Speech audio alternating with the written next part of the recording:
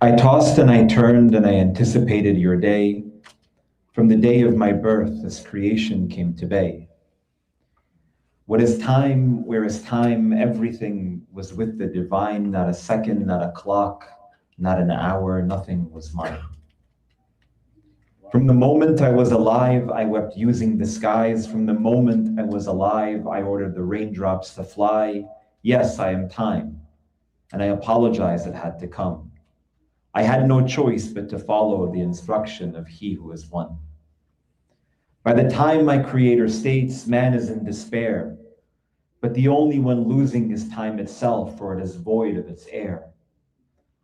The king which lay lonely, the king which lay thirsty, the king which lay alone. As time did not stop, I apologize, I had no choice. Verily, I am the only one in despair.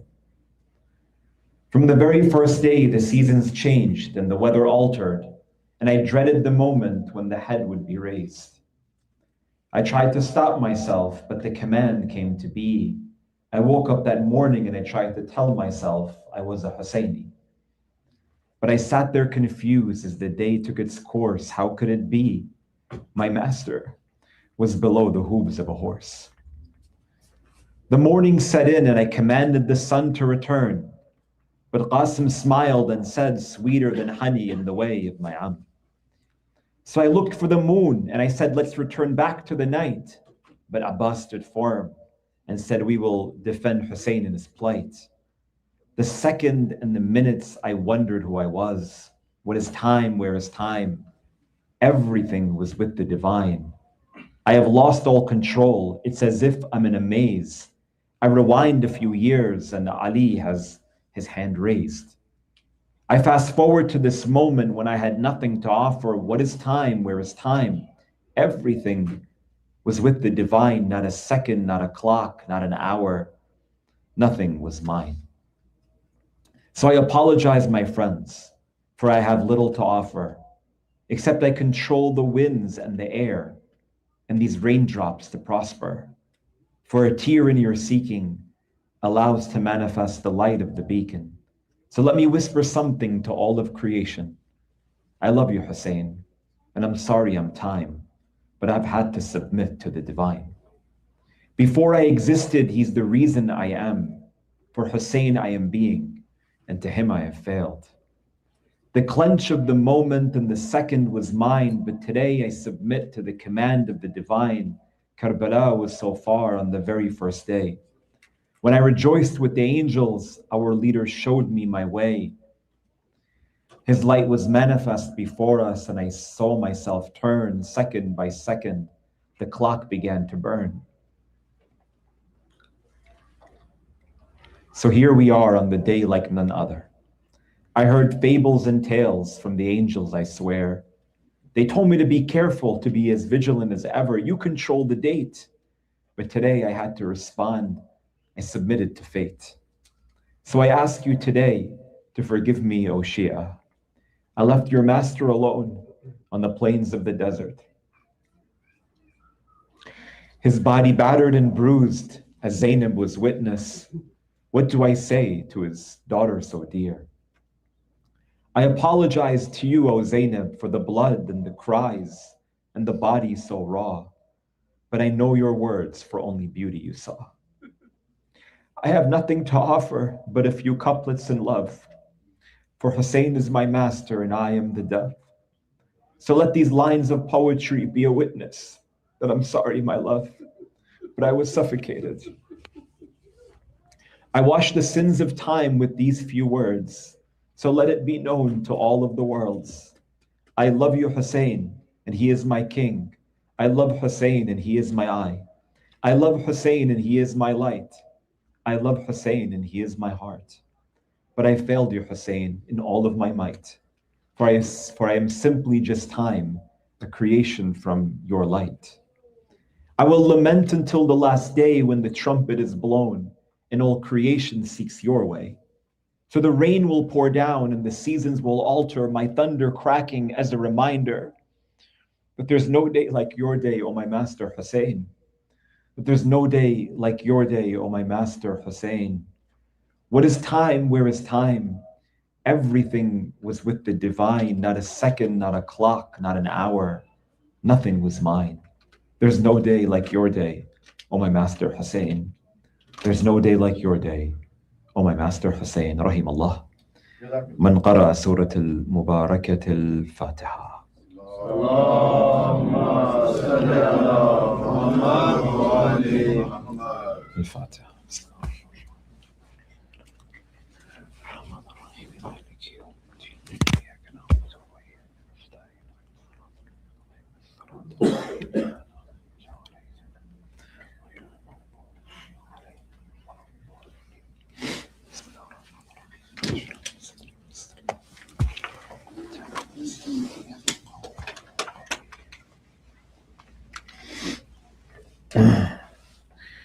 أعوذ بالله من الشيطان الرجيم بسم الله الرحمن الرحيم وبه نستعين صلى الله عليك يا سيدي يا مولاي يا رسول الله وعلى أهل بيتك المظلومين صلى الله عليك يا سيدي يا مولاي مولاي وابن مولاي يا أبا عبد الله يا رحمة الله الواسعة ويا باب نجاة الأمة يا غريب يا مظلوم يا عطشان كربلاء ما خاب من تمسك بكم والأمين من لجأ إليكم سادتي يا ليتنا كنا معكم فنفوز فوزا عظيما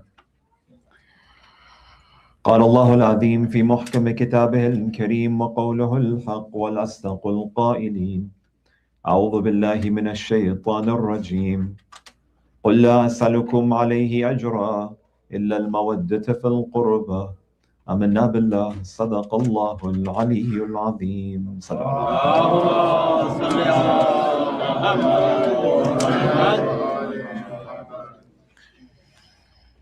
Of course, it goes without saying that amongst the most prominent ways that we show our love and our devotion and our fidelity and our loyalty to the Prophet and his family, alayhim as-salam, is via performing their ziyarat, or their visitation. We spend out of our wealth and we travel to the other side of the world just so that we can be in the close proximity of the Prophet and his family, alayhim as-salam. And this is amongst our responsibilities. And there is no doubt with regards to the value and the reward of performing the ziyarah of the Imams of Ahlul Bayt, alayhim salatu wassalam. There are an abundance of ahadith that have reached a level of tawatur that absolutely signify and demonstrate the significance, particularly and specifically, of the ziyarah of al-Imam al-Husayn, alayhi salatu wassalam.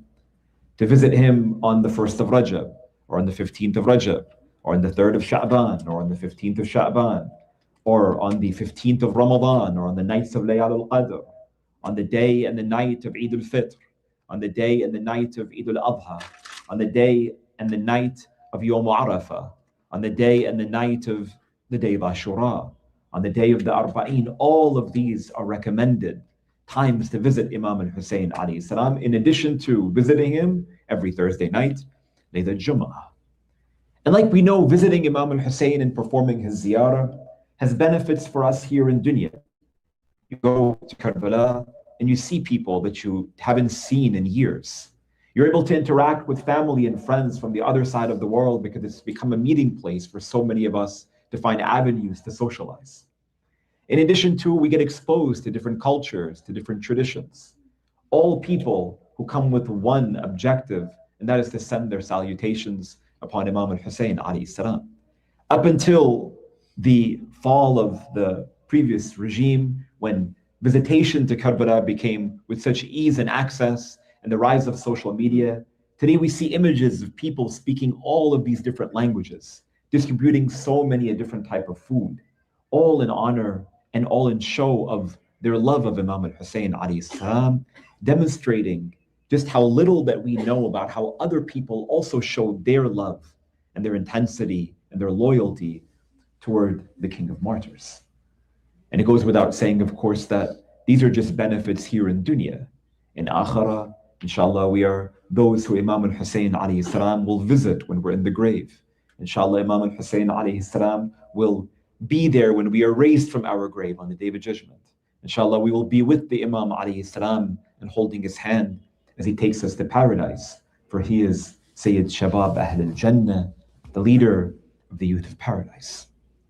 In addition to, like we know, the ziyarah of Imam al-Husayn alayhi salam is a means and mechanism by which we are recipients of his intercession, his shafa'ah. It's a pledge of loyalty to the Imam alayhi salam.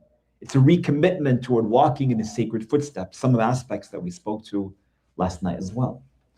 So for today's discussion, being it that we are here on the sacred night of Ashura, I wanted to reflect upon one of the most important of the ziyarat of Imam al-Husayn alayhi salatu wassalam, a ziyarah known as Ziyarat al-Nahiyah al-Muqadasa.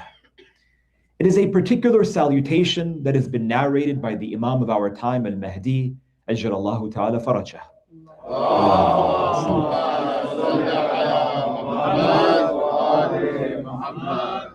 And probably is amongst the most understudied pieces of literature that we have when it comes toward the tragedy of Karbala and all of the aspects of Imam al-Husayn's life even prior to that day. And of course, the ziyarah is fairly lengthy. So for today's discussion, I just wanted us to get a few glimpses into the sacredness and into the beauty and into the significance and into the importance of the ziyarah. And hopefully during the course of these days of Muharram and Safar, that you have the opportunity to read it and reflect upon its words. And if you have the privilege to go to Karbala, you can visit Imam al-Husayn alayhi salam via these words of the Imam of our time, alayhi salatu wassalam. So for today's discussion, I wanted to reflect on Ziyarat al-Nahiyah al-Muqadasa on three different dimensions. The first dimension is in terms of understanding the importance and the sacredness of the ziyarah. Secondly, toward responding toward some frequently asked questions or misconceptions with respect to Ziyarat al-Nahiyah al-Muqaddasa. And the third dimension, in terms of taking a look at some of the words as spoken by Imam al-Mahdi with respect to how he addresses Imam al-Husayn alayhi salatu wassalam. So let's jump right into the first dimension of this discussion. What is the importance and significance of the ziyarah within our religious tradition? And even before that, there's a prerequisite that we need to ask. What exactly does it mean when we say Nahiyat al-Muqaddasa? First off, it's important for us to take a step back and realize that these gatherings that we have and these majalis of Imam al-Husayn alayhi salam did not come without a lot of pain, with a lot of hardship, with a lot of bloodshed, and the marginalization of our community for decades, if not centuries upon centuries. And so our responsibility is to recognize the beauty that we have to come over here in this city, gather in gatherings like these ones, with a sense of relative ease, to grieve and to mourn our master, Sayyid Shabab Ahl al-Jannah. But historically, during the time of the Imams, for generations, and for so many of the companions of the Imams of Ahlul Bayt, alayhim salam, it was so difficult and so challenging for them to even transmit some aspects pertaining to the teachings of the Imams of Ahlul Bayt, alayhim salam. And specifically when we come to the Imam of our time, during the Ghaybat al-Sughra of the Imam of our time, ajjalallahu ta'ala farajah, like we know, only very few people had access to the Imam by way of these four individuals, the four representatives. And it was, and is mentioned within our ahadith, from Imam Hassan al-Askari, even perhaps from Imam Ali al-Hadi, and undoubtedly from the Imam of our time, to never state the name of the Imam alayhi salam in public. That if you wanted to speak to one of the representatives of the Imam alayhi salatu wasalam, and you wanted to ask or inquire about Imam al-Zaman, then you would utilize code words. You would, for instance, say, how is the Sayyid doing? Or how is Sahib al-Amr doing? Or for instance, what is the situation out of something known as Nahiyat al-Muqaddasa? In the Arabic language, the word Nahiyah means a particular location or a region or a place that you direct your attention to. So it can be best translated as Nahiyat al-Muqaddasa, meaning a presence or a sacred presence. And so whenever the close confidants of the Shia and their representatives, meaning the representatives of the four Sufara of Imam al-Zaman, wanted to share anything with their closest of companions, they would state, we have news from Nahiyat al-Muqadasa. We have news from the sacred precinct. Understand? It was essentially some sort of language that could only be understood by those who know. If you know, you know kind of a thing. And so secretly, any information, a letter, a question that someone had where they were inquiring about a legal matter to Imam al-Mahdi, it would state that from Nahiyat al-Muqaddasa, we have received a response to your answer. If you think about it, just how difficult and challenging the historical, the political situation was during the Imam of our time, alayhi salatu wasalam. I mentioned last night that our job is to increase our ma'rifah of Imam al-Zaman. And that means also to understand just that same situation that he lived in for those years when when interactions to him were a bit easier naturally than they are today. So this particular ziyarah is known as Ziyarat al-Nahiyah al-Muqaddasa, meaning the ziyarah which came from the sacred precinct, meaning that has come from the Imam of our time, alayhi salatu wasalam. And if you open up some books of dua and ziyarah, or for instance, if you Google online and you type in and you search Ziyarat al-Nahiyah al-Muqaddasa, you will see that there are two different unique ziyarat of the Imam alayhi salatu wasalam. One of them is a ziyarah that mentions all of the companions of the Imam alayhi salam and sends a specific salam from Imam al-Zaman to every one of the names of these companions, the 72 or a little bit more, of Imam al-Husayn alayhi salam. And through that particular ziyarah, we're also able to extract a great deal of lesson and a great deal of historical data with respect to even who killed the companions and the family members of Imam al-Husayn alayhi salatu wasalam. That ziyarah is one. But the one that's more famous is the one that we want to speak to today, again known as Ziyarat al-Nahiyah al-Muqaddasa as well. The other one is known as Ziyarat al-Nahiyah al-Muqaddasa, popularly known as Lish-Shuhada, for the martyrs of Karbala. This one is specific toward Imam al-Mahdi, sending his salutations upon his grandfather, Imam al-Husayn alayhi salatu wasalam.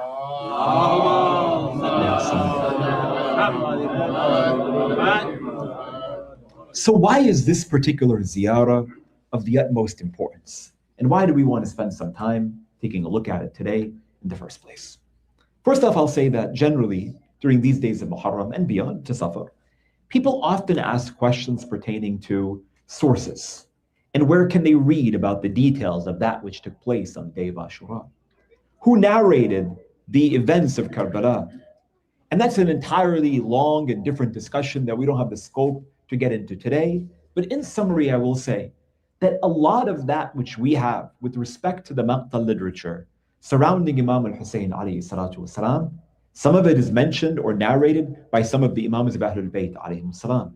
But unfortunately, a lot of what they also transmitted, Imam al-Baqir, Imam al-Sadiq, and the infallible Imams thereafter, a lot of that which they transmitted, also some of it may have been lost, meaning it didn't reach us.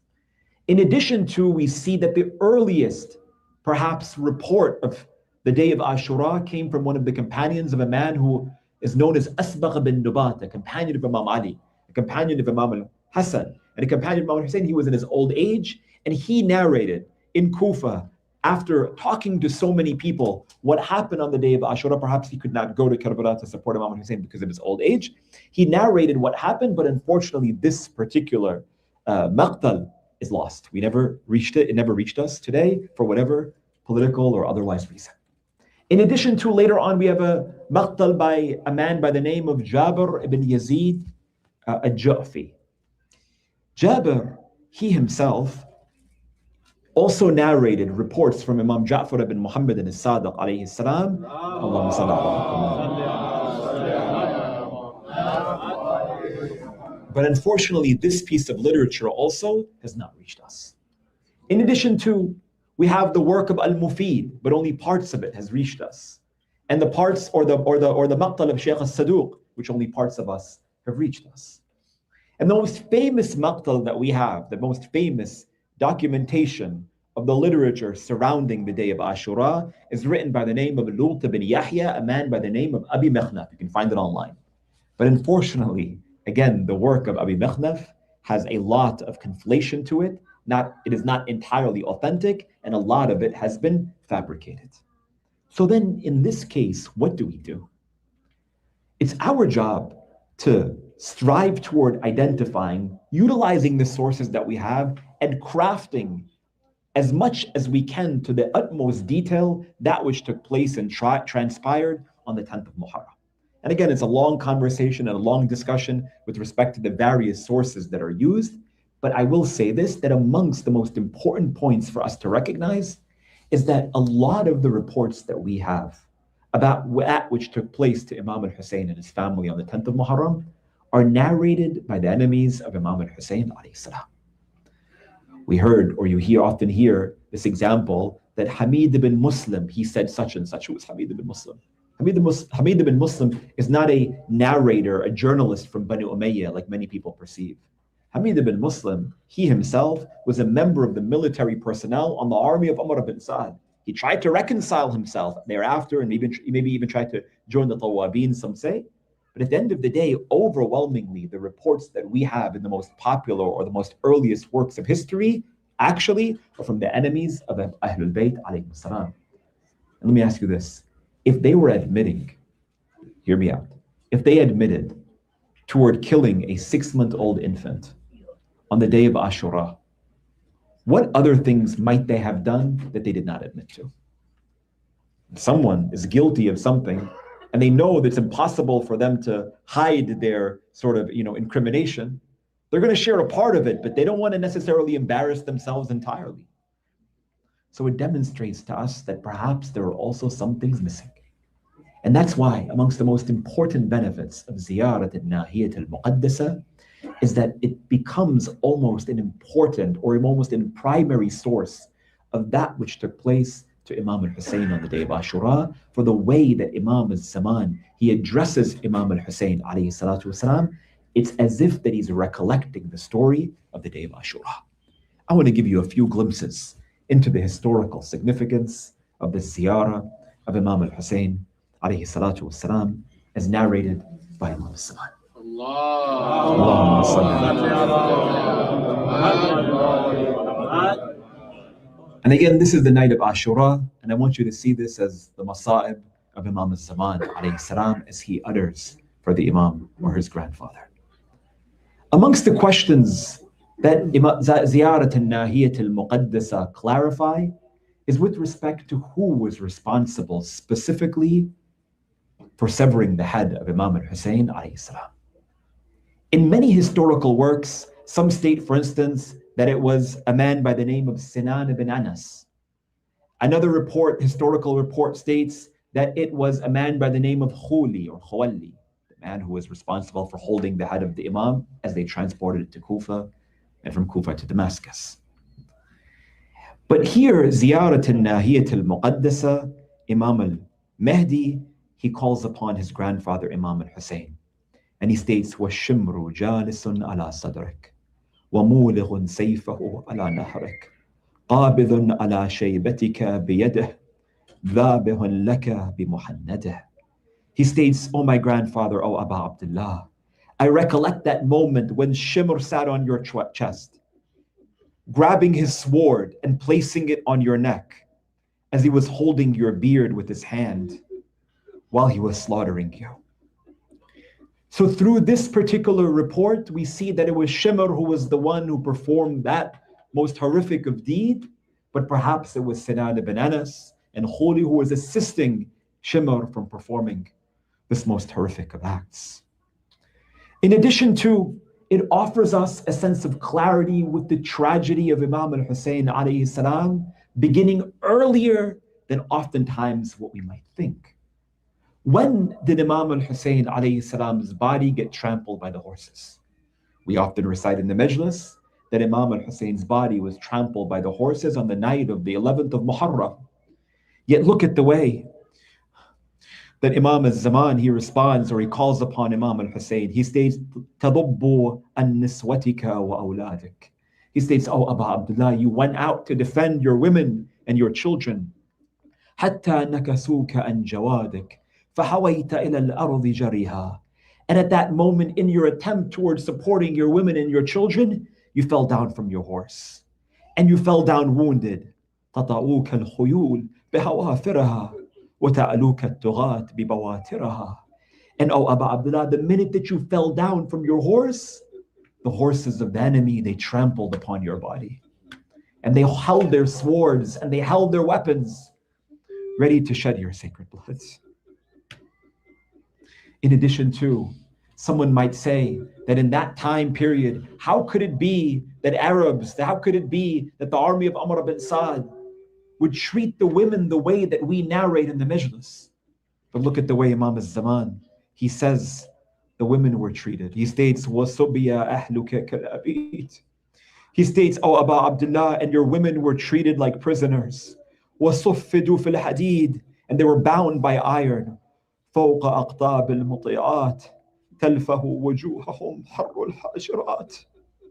He states, and your family was imprisoned like slaves. They were bound by iron.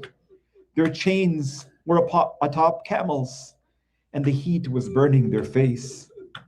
Their hands were chained to their necks, and they were paraded through the markets. Similarly, Ziyarat al-Nahiyah al-Muqadasa, it also gives us a glimpse into some aspects of Imam al-Husayn alayhi salatu wasalam, and his bravery and his courage.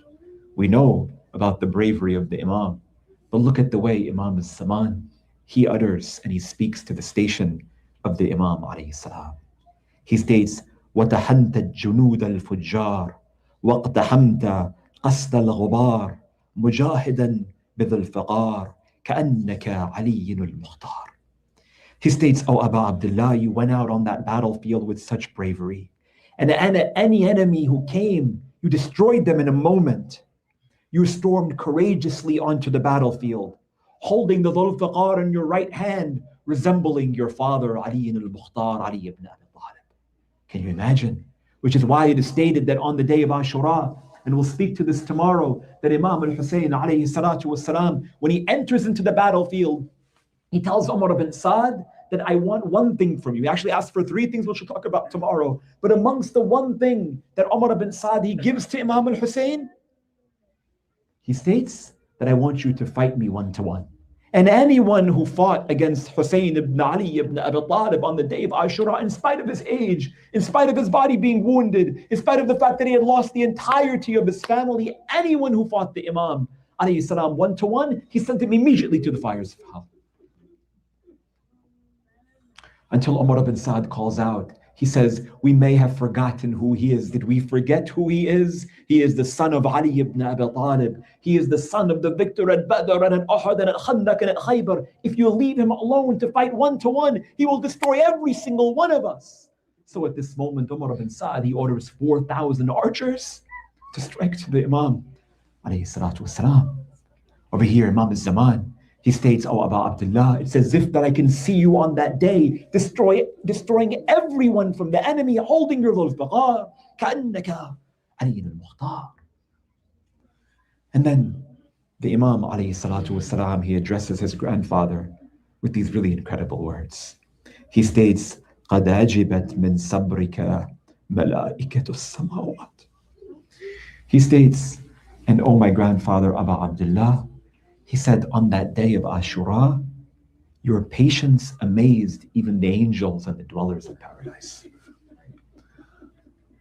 You know how hard that day was for Imam al-Husayn alayhi salam. You know how hard that day is for us. You know how painful it is to just report the narration, to just read it, or to just speak it. It's so difficult. It's so challenging. Alhamdulillah, I'm blessed to do this for a long time. On the day of Ashura, after we recite the Majlis of Imam al-Husayn, I'm overwhelmed with so much exhaustion, and I know that every single one of you are as well. We're just talking about it, and we're only talking about the glimpses that we know about what happened to Imam al-Husayn and his family and his children. Imam al-Zaman, he states, "Oh my grandfather Aba Abdullah, Even the angels, they look down upon you on that day, and they were amazed with your patience and how you were able to contain yourself, taking care of all of the women and all of the children and bringing back body after body. Sallallahu alayka ya Aba Abdullah. And this brings me then, and again, there's so many other glimpses into the historical information that we're able to deduce from the ziyarah, but it's lengthy, and we don't have the time for that tonight. The second dimension of our discussion, to respond to some frequently asked misconceptions about the ziyarah of al-Nahiyah al-Muqadasa. Misconception number one is the fact that the ziyarah of the Imam alayhi salam is not reliable. Oftentimes, whenever someone wants to, question any piece of religious literature, the first question that they pose is with respect to their reliability. And I will just say that the first or the most lengthiest ziyarah that we have, the one that we often recite in its full form or its full variation of this particular salutation, is narrated by a man by the name of Muhammad ibn Ja'far al-Mashhadi in his work known as Kitab al-Mazar. He's from the 6th/7th century, meaning that he is in approximately the 1200s.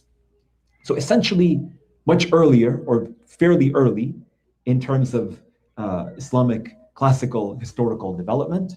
And he writes in the introduction to his book, which narrates many other ziyarat of Ahlul Bayt alayhim salam, he mentions that every single piece of literature that I have compiled in this text has reached me in accordance with the gift and with the blessing of pious, noble scholars. And for sake of ease, the Imam Ali, or the scholar, Shaykh al-Mashhadi, he removed all of the asanid, or the chain of transmission, to the ziyarah. Oftentimes when you read a hadith, or when I'm narrating, or people are looking online for a tradition, they're not reading that this particular hadith was narrated by Imam Ali, and it was narrated by this person, who heard from this person, who heard from this person, who heard from this person, who heard from this person. Because for most people, it doesn't concern them. In scholarly circles, yeah, it might be a little bit more important. So Shaykh al-Mashhadi, he states, in order that people read the ziyarah, and it's an easily accessible book, I truncated all of the chains of transmission so that people can read it without worrying about who is the narrator of this particular ziyarah. And it suffices that he himself, the Shaykh, is respected, pious. No doubt anyone has question with respect to his reliability. And if he states, for instance, that this ziyarah comes from reliable sources, then at the end of the day, and like we see that the majority of our scholars also accept it as an important primary source, with the exception of a few who may have certain historical disagreements with particular aspects of the ziyarah, as we'll take a look at in a moment. A second misconception is with respect to some of the text in the ziyarah. And I want you to again bear with me here as we recite these sacred words. Some state, for instance, that ziyarat al-Nahiyah al-Muqadasa is not compatible with our theology, and that there are certain aspects that go against certain principles within our religious belief system. What is an example of that? We believe in the school of Ahlul Bayt alayhim salam, and our scholars are unanimous in this idea through a deduction of the ahadith of Ahlul Bayt alayhim salam, that when a ma'soom passes away, the only one who can perform his burial rites is another ma'soom. When the Messenger of God, he passes away, who is there to bury him? Ali ibn Abi Talib alayhi salam. When Fatima al-Zahra passes away, who is there to bury her? Alayhi salatu wasalam. Imam Ali ibn Abi Talib alayhi salam. When Imam al-Hasan passes away, or Imam Ali passes away, who is there to perform his funeral rites? Al-Hasani wal-Husayn. When Imam al-Hasan is martyred, who performs his burial rites? Except for Imam al-Husayn alayhi salatu wasalam. And similarly, when Imam al-Husayn alayhi salam is martyred on the day of Ashura, in our theology, we believe that Imam Ali Zayn al-Abidin alayhi salam returned back to Karbala in order to perform his burial, for he is the only one who can perform the burial of his father, Sayyid Shabab Ahl Jannah. In Ziyarat al-Nahiyah al-Muqaddasa, there's a line that many people, they struggle with. It states, As-salamu ala man dafanahu ahl al-qura. Peace be upon you, O Husayn. Peace be upon you, O Aba Abdullah. Peace be upon the one who was buried by the people of the city. Someone says, wait a minute. This contradicts then the fact that Imam al-Husayn alayhi salam was supposed to be buried by Imam Ali Zayn al-Abidin. So either the report of Imam Ali Zayn al-Abidin returning to perform the burial of his father Abu Abdullah is inconsistent, or the fact that the ziyarah is inconsistent, or the fact that maybe Imam al-Husayn doesn't necessarily need a ma'soom to bury him. What do we do and how do we reconcile this particular situation? Everyone following? Over here, the words of the ziyarah are important. If I say, for instance, that Muhammad is in the masjid, and Fatima is in the masjid, and Ali is in the masjid, and Zainab is in the masjid. If I state these four particular statements, one after the other, and someone, for instance, only hears that Fatima and Zainab are in the masjid, but not that Muhammad and Ali are in the masjid, does it mean that Muhammad and Ali are not in the masjid? You didn't hear one part of it. Or perhaps one statement being stated does not necessarily dismiss the fact that another statement can also be had. Sorry for the poor example, let me clarify. When the Imam alayhi salam states, As-salamu ala man dafanahu ahl al-qura, peace be upon you, the one who was buried by the people of the town, it does not necessarily dismiss the notion that Imam Ali Zayn al-Abidin was the one who was most responsible for performing the burial. And we narrate this in the Masab. We say that Imam Zayn al-Abidin alayhi salam, he comes to Karbala, he goes and he takes the body of his father Imam al-Husayn alayhi salam, and he asks the people, for instance, of Banu Asad, the people of Karbala, he says, can you give me a cloth so that I can put the pieces of the body of my father on top of it? The fact that that person brought a piece of cloth, aren't they assisting in the burial? No, they're not taking the primary role, but they're also supporting. Maybe Imam al-Husayn, maybe Imam Zayn al-Abidin alayhi salam asked for a shovel. Maybe the Imam alayhi salam asked for a hand with respect to placing some of the sand on the face of the Imam alayhi salatu wasalam. We don't know those details. But the fact is that just because Imam al-Zaman, he addresses Imam al-Husayn alayhi salam by stating, and peace be upon you, O the one who is buried by the people of the village, does not dismiss the fact that Imam Zayn al-Abidin alayhi salam could have been amongst those who, of course, led the burial procedure of his father Sayyid al-Shuhada. Make sense? A second contradiction, or a third sort of misconception with respect to the ziyarah of al-Nahiyah al-Muqadasa is the fact that Ziyarat al-Nahiyah al-Muqadasa mentions a particular moment when the women of Imam al-Husayn alayhi salam exited from their tent and their hair was apparent. And this is perhaps the most seemingly controversial aspect of the ziyarah. Imam al-Zaman, he states, Barazna min al-khudur, ناشرات الشعور على الخدود لا طمات الوجوه الصافرات. He states, they exited from their tent with their hair exposed, striking their unveiled cheeks. This is after the Imam's horse returned without a rider. Over here, how do we reconcile this particular point? First of all, again, because it's the night of Ashura, I want you to bear with me. On this night, we also make mention of the fact of how Imam al-Husayn alayhi salam prepared for battle the following day. Now hear me out. Many of you have been to Karbala and you visited Imam al-Husayn alayhi salam. And you've probably also gone to visit a location known as the Mukhayyam, the place where the tents of the Imam alayhi salatu wasalam were pitched. Everyone's been there before, for those of you who've been to Karbala? If you walk into this Mukhayyam, what is the first thing you see? From the main entrance, you see places where it indicated that the horses of Abu al-Fadl Abbas and his brothers, they themselves were lodged. Meaning that Abu al-Fadl Abbas and his brothers were the ones who were seemingly protecting the outskirts of the tents that were internal. Now hear me out. On the night of Ashura, this Eve, Imam al-Husayn alayhi salam, he gathers together some of his companions. And he tells them, let us build a ditch. They build a ditch. He says, bring some wood. They bring wood. They throw it into the ditch. And in the beginning of the day, he lit it on fire. They come to him and they say, oh, Abu Abdullah, why are we building a ditch and why are we lighting it on fire? Why are we letting the wood on fire? The Imam alayhi salatu wasalam says, so that no one can come and enter into this area where our tents are from behind from the enemy and oppress our women. Listen to the thought of the Imam والسلام, knowing that these men had that audacity. Over here, if we read the Maqtal, and if you even go back to visit the Mukhayyam, when you enter all the way internal to the middle, under the largest symbolic tent, whose tent is it? It's the tent of Lady Zainab alayhi salatu wasalam. Around the tent of Lady Zainab is who? Who's protecting it? It's not the way that we pitch a tent today. It was Lady Zainab alayhi salatu wasalam and the women. Around them is Imam al-Husayn alayhi salatu wasalam. Around them is the rest of Banu Hashim. Around them is Abu al-Fadl Abbas, and around them is the companions. There were levels, in other words, all to protect the sanctity and the dignity of the women and the children of Rasulullah. Yet even that was violated on the night of the 11th of Muharram. So when we recite this line, and Imam al-Zaman, he addresses the women and the children, he states, وَبَرَزْنَا مِنَ الْخُدُورِ نَاشِرَاتِ الشُّعُورِ. He states, and they exited from their tents with their hair exposed. Where were they going? They were entering into the tent where their master, Imam al-Husayn, used to reside. You ever lost a loved one? When you lose someone that you love and you hear this breaking news, you go to their room. You remember their clothing. You remember their fragrance. It breaks your heart.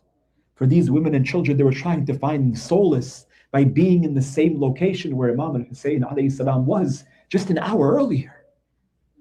It's not a rejection to state that, for instance, that they went out with their hair exposed in front of the army of Umar bin Sa'd. No. In a show of grief, they entered into that space where there was no other men because everyone had been martyred on that day. So over here, Imam al-Zaman, Ajjallahu ta'ala faraja, he states, برزنا من الخدور ناشرات الشعور على الخدود لا تمات الوجوه السافرات. And this brings me then to the third dimension of our discussion. But before that, one salawat ala Muhammad.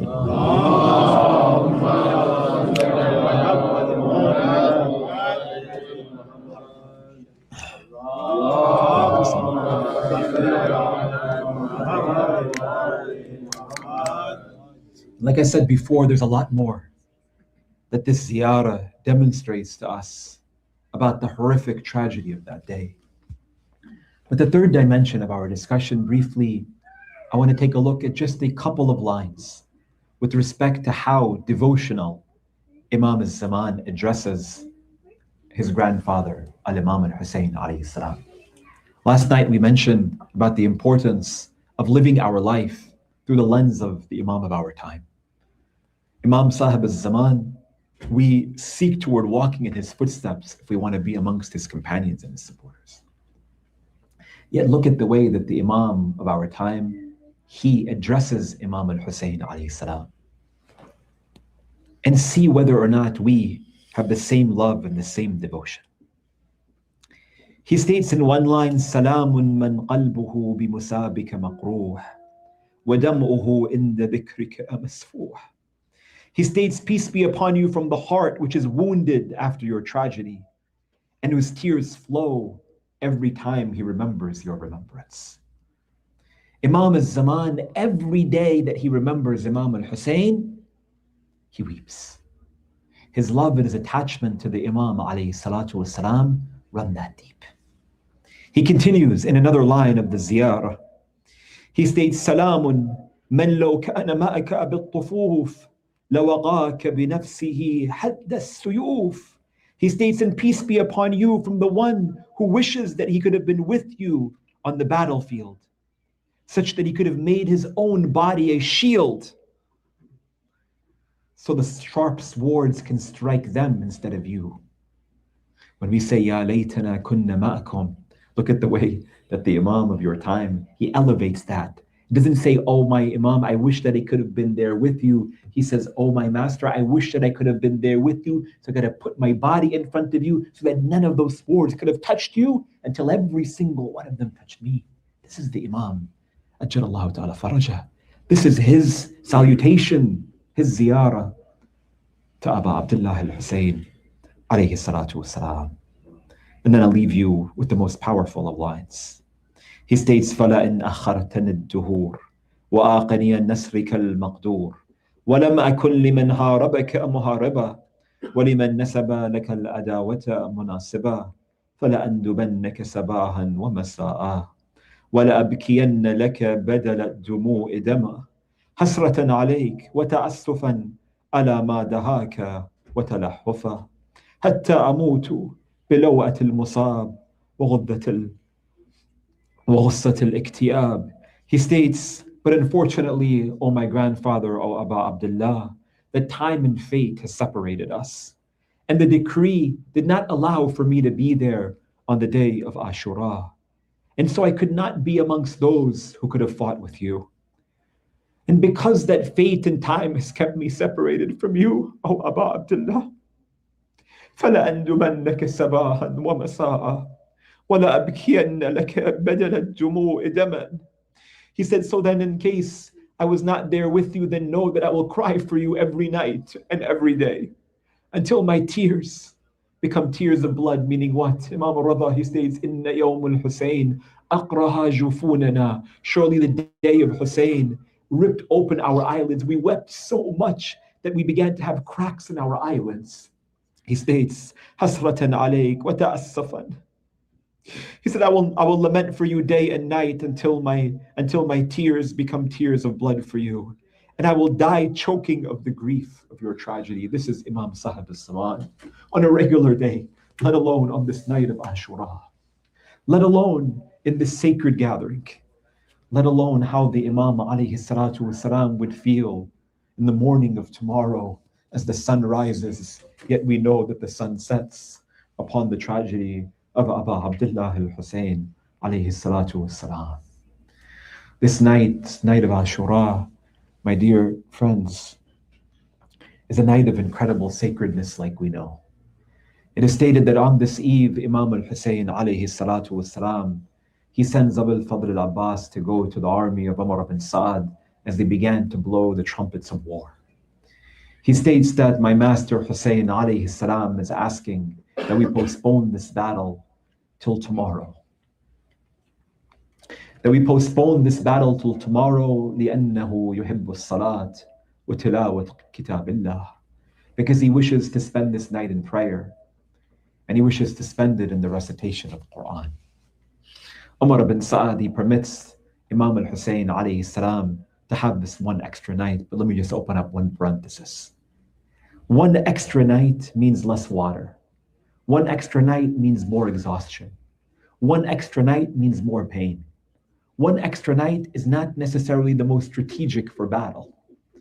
Yet Imam al-Husayn alayhi salam teaches me and every one of us a lesson of the sacredness of prayer and the recitation of Quran. Tonight is the night of grief, but also spend a portion of the night, albeit slowly, albeit slightly, in the recitation of this book, in praying Salatul Layl, because that's what your Imam would do on this night. It is stated that Imam al-Husayn alayhi salam gathers together the companions and he tells them that we have this last eve. Tomorrow is the day of martyrdom. And one by one, every single one of these companions of Imam al-Husayn alayhi salam, they began to spend that night in praying and standing and in bowing and in prostrating and recitation of Quran and supplication to Allah subhanahu wa ta'ala. In the midst of this prayers and worship, Imam al-Husayn alayhi salam excused himself for a moment. Imagine it was dark in the night of Ashura. Imam al-Husayn alayhi salatu wasalam is walking across and in between the tents. And it is stated that as he's walking in the midst of these tents, he is picking up some rocks and picking up some stones. He's looking at the opposing enemy's camp, perhaps thinking strategically about tomorrow, when all of a sudden he hears some footsteps coming from behind him. At this moment, Imam al-Husayn alayhi salam, he turns around and he sees it's one of his companions, a man by the name of Nafi' ibn Hilal. He states at this moment, "Oh Nafi', what are you doing? Everyone else is in the tent." At this moment, Nafi', he says, "Oh Abu Abdullah, I wanted to make sure that I'm here to protect you. I'm afraid that perhaps one of the arrows from the army of Umar ibn Sa'ad, they're going to see that you're walking out here lonely. And I wanted to make sure that if an arrow came, that I was able to be there to protect you, O Abu Abdullah." Imam al-Husayn alayhi salam, he embraces him. He says, "Barakallah feek. May Allah accept your deed. May Allah reward you. Don't worry about me. I'm going to be okay. And then at this moment, Imam al-Husayn alayhi salam, he wants to test this loyalty of Nafi' ibn Hilal. So you know what he does? He says, oh Nafi', he says, you see those two hills over there? He says, if you slip through in between those two hills, there's a quick way to go back to Kufa and you can go and be reunited with your family. He says, if you leave right now, the army is too busy doing their own thing. Get out of here. Go protect yourself. You know what Nafi' ibn Hilal does? He looks at Abu Abdullah al-Husayn with tears in his eyes. He says, oh, Abu Abdullah, he says, if I were ever to abandon you, then I pray that the wild beasts of Karbala, they eat me alive. There is no way that I'm ever going to leave you, O Imam. At this moment, Nafi' ibn Hilal, he is told by Imam al-Husayn, Allah bless you, go back to the tent, go pray, go worship. It is stated that at this moment, Imam al-Husayn alayhi salam, he enters into the tent of Zainab. Now listen to this. He enters into the tent of Lady Zainab alayhi salam. She's overwhelmed with grief. Lady Zainab says to Abu Abdullah, oh Abu Abdullah, as for you and as for Abbas and as for Ali al-Akbar and as for Banu Hashim, I know that every one of them are going to be staunch in your service. But how about the companions? Are you sure they're all going to remain loyal? At this moment, Lady Zainab alayhi salam was questioning the loyalty of the companions of Imam al-Husayn alayhi salam.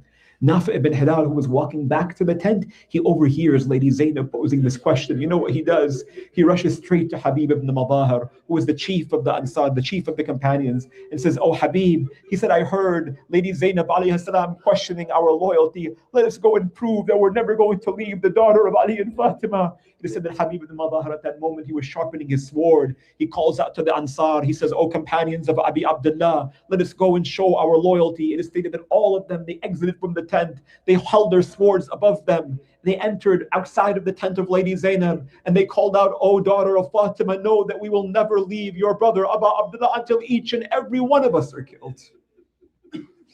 Imam al-Husayn alayhi salam, he exits from the tent and he says, my sister blesses you and she thanks you for your loyalty and for your support. Go back to the tent. They went back to the tent. Imam al-Husayn alayhi salatu was salam, on this night he enters into the tent and in the middle of it, he gathers together all of the companions and he tells them one by one, he says, my dear brothers, he says, you have been loyal to me. Some of you from Medina, some of you from Mecca, some of you from different parts of the peninsula, some of you have come from Kufa, some of you have left your family, you have left your children. That on this day, know that tomorrow, every single one of you are going to be killed. Every single one of you are going to be killed. Allah subhanahu wa ta'ala bless you and reward you. You have done enough service to me. You have done everything that you have had to do and you have demonstrated your love and your loyalty to the Prophet of God and his family. As for tomorrow, I have my son Ali al-Akbar, and it suffices that he will be my sacrifice on that day. The rest of you can all go home. You can go and take the hand of your family members and your children and go home. According to some reports, they even extinguished the candle that was in the tent so that anyone who might feel ashamed, could walk without any sense of judgment.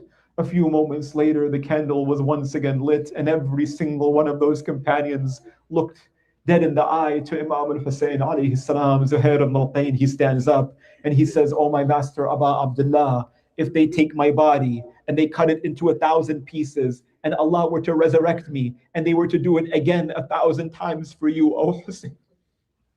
Thereafter, Habib ibn Madahir, he stands up. Muslim ibn Awsajah stands up one by one. Each and every one of the companions, they express their loyalty and their love and their devotion to the Imam alayhi salatu wasalam.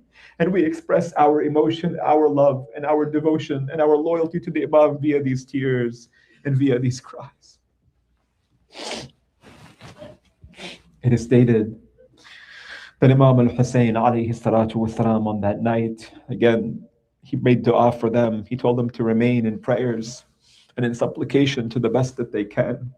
One of the companions of Imam al-Husayn alayhi salam is a man by the name of Burair. Burair had a really, really tough life. He had undergone so much hardship and depression.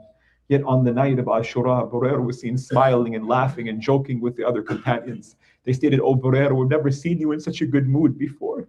He says, because tomorrow I'm going to go and see my prophet, the messenger of God, and tell him, look at my stained chest that I've dedicated to your son, Aba Abdullah.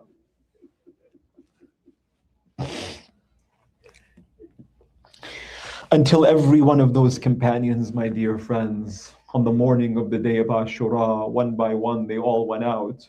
They fought valiantly until every single one of them were killed. The members of Banu Hashim went out, beginning with Ali al-Akbar, following many of the children of Imam al-Hasan, including Qasim ibn al-Hasan. Eventually, the children of Aqil also went out, until Abu al-Fadl Abbas was the only one who remained. And when he went to fetch water, his hands were severed and he fell down from his horse. So it is stated that on that day of Ashura, Imam al-Husayn alayhi salam, he entered into the tent of the children of Aqil, but no one was there. He entered into the tent of the children of Imam al-Hasan, but none of his nephews were there. He went into the tent of the children of his brothers, but none of them were there. But let me leave you with this report. It is stated, according to some reports, that when Mukhtar caught Hurmala ibn Kahil, he asked him, tell me about the arrows that you struck on the day of Ashura. He says that there were 4 that I struck.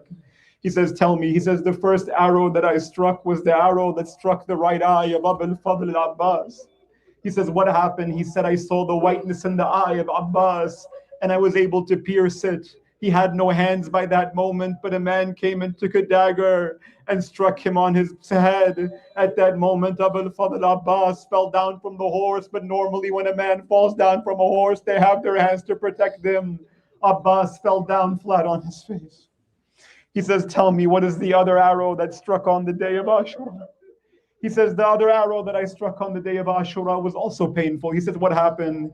He said there was a boy by the name of Abdullah ibn Hassan, the brother of Qasim, the son of Imam al-Hassan. He said after Hussein had fallen down from his horse, he said he was lying there for 1 hour. And nobody wanted to do the deed of killing him. And it is stated that Abdullah ibn Hassan, he exits from the tent and he rushes to the body of Imam al-Husayn. He looks at the army of Umar ibn Sa'd. He says, are you really going to kill my uncle? At this moment, I took an arrow and I struck it through his chest. He fell on the lap of Imam al-Husayn and he said, oh, my uncle Abu Abdullah, what have they done to me? He says, don't worry, you're going to see your father, Imam al-Hassan, really soon. He says, oh, Hurmala, then tell me, what was the third arrow that you struck? He says, the third arrow was the most painful of them all. He says, what happened? He says, Hussein had lost everyone by this moment. He stands out in the middle of the battlefield calling out, Hal min Nasir, Hal min Mu'in, is there anyone to help me? Is there anyone to support me? But nobody responded to Hussein. So he went to the tent. He tells his sister Zainab, Nawalini waladi Rabi. Give me my 6-month-old infant, give me my child. At that moment, Imam al-Husayn alayhi salam picks up Ali al-Asghar, he kisses him. Lady Zainab says, oh my master Abu Abdullah, they've killed all of the men, they've killed all of your brothers, there is no one here. Perhaps they will give this child a sip of water. But I ask you, oh Shia, why wasn't it that Rabab was holding the child? You know why? Because Rabab couldn't bear to see her child in that state. So at this moment, Imam al-Husayn alayhi salam, he takes the 6-month-old infant, he walks slowly into the middle of the plains of Karbala, into the middle of the battlefield, and he calls out to the army of Umar ibn Sa'd. He says, oh army of Umar ibn Sa'd, if you have an issue with me, then know that you will kill me in a moment. And if you have an issue with any one of my men, then know that there are no more men. وَلَكِنْ مَا ذَنْبٌ هَذَا الرَّضِيعِ. He says, but I ask you, what is the sin of this 6-month-old infant?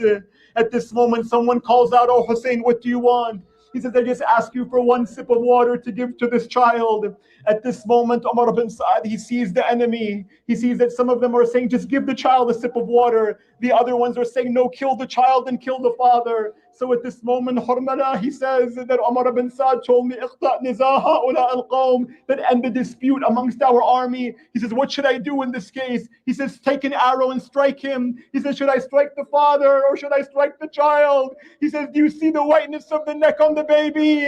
At this moment, Hurmala ibn Kahil took an arrow. I'm so sorry, O Rasulullah. I'm so sorry, Fatima the Zahra. You know what he did? He took an arrow, and that arrow pierced through the chest. That arrow pierced through the neck of the 6-month-old infant. At this moment, Imam al-Husayn alayhi salam looks down and he sees that the head of his infant son has been severed. He looks up to the skies, he looks down to the ground, he doesn't know what to do. He calls out, Inna lillahi wa inna ilayhi. Imam al-Husayn alayhi salam, he looks up to the skies, he looks up to the heavens, he sees the blood in his hands. It is stated that at this moment he throws up the blood. A call was made from the heavens, don't worry, Abu Abdullah, don't worry, that this blood is sacred and this child has a maid in paradise to take care of him. So it is stated that Imam al-Husayn alayhi salam, he goes back, he doesn't know what to do, so he takes his son Ali al-Asghar and he covers him in his cloak because he doesn't know how to show his mother. A few moments later, Zainab comes out of the tent and says, oh Abu Abdullah, where is the child and where is the water? At this moment, he uncovers the robe, she screams out. Sakina comes out and says, oh my father, Abu Abdullah, you bring water for the child, you bring water for my brother. Is there water for me? I'll go through all of the details tomorrow, I promise, but let me just leave you with this. It is stated that at this moment, Mukhtar says, but these were 3 arrows that you struck. What was the 4th arrow that you struck on the day of Ashura? He states that after Imam al-Husayn alayhi salam had even lost the child, that Abu Abdullah had come out and he fought us, and everyone whom he fought he had killed, until Husayn alayhi salatu wasalam was ordered by Umar ibn Sa'ad that we take all of our archers and everyone who has a rock and everyone who has a spear, that they should strike it toward Abu Abdullah al-Husayn. So at that moment we did. The Imam alayhi salam was wounded across the entirety of his body. It is stated that for a moment he was tired and he was thirsty and he was exhausted. So at this moment he was taking a break while he was sitting on top of his horse, when all of a sudden a man came and he picked up a boulder and he threw it at the forehead of Imam al-Husayn alayhi salam. At this moment, Imam al-Husayn, he lifted his robe in order to remove the blood from falling into his eye. As he lifted up his shirt to cover up the blood, I saw his chest, and I took a 3-pronged arrow that I utilized to slaughter animals and camels in the desert. Camels hold water, but Hussein was thirsty. I took that arrow and I pierced through the chest of Imam al-Husayn. Imam al-Husayn tried to remove it from the front of his body, but he couldn't. So he tried to remove it from the back, but he couldn't. So he fell down from his horse. Ya Hussein. Ya Hussein. Ya Hussein. Ya Hussein. Ya Hussein. Ya Hussein.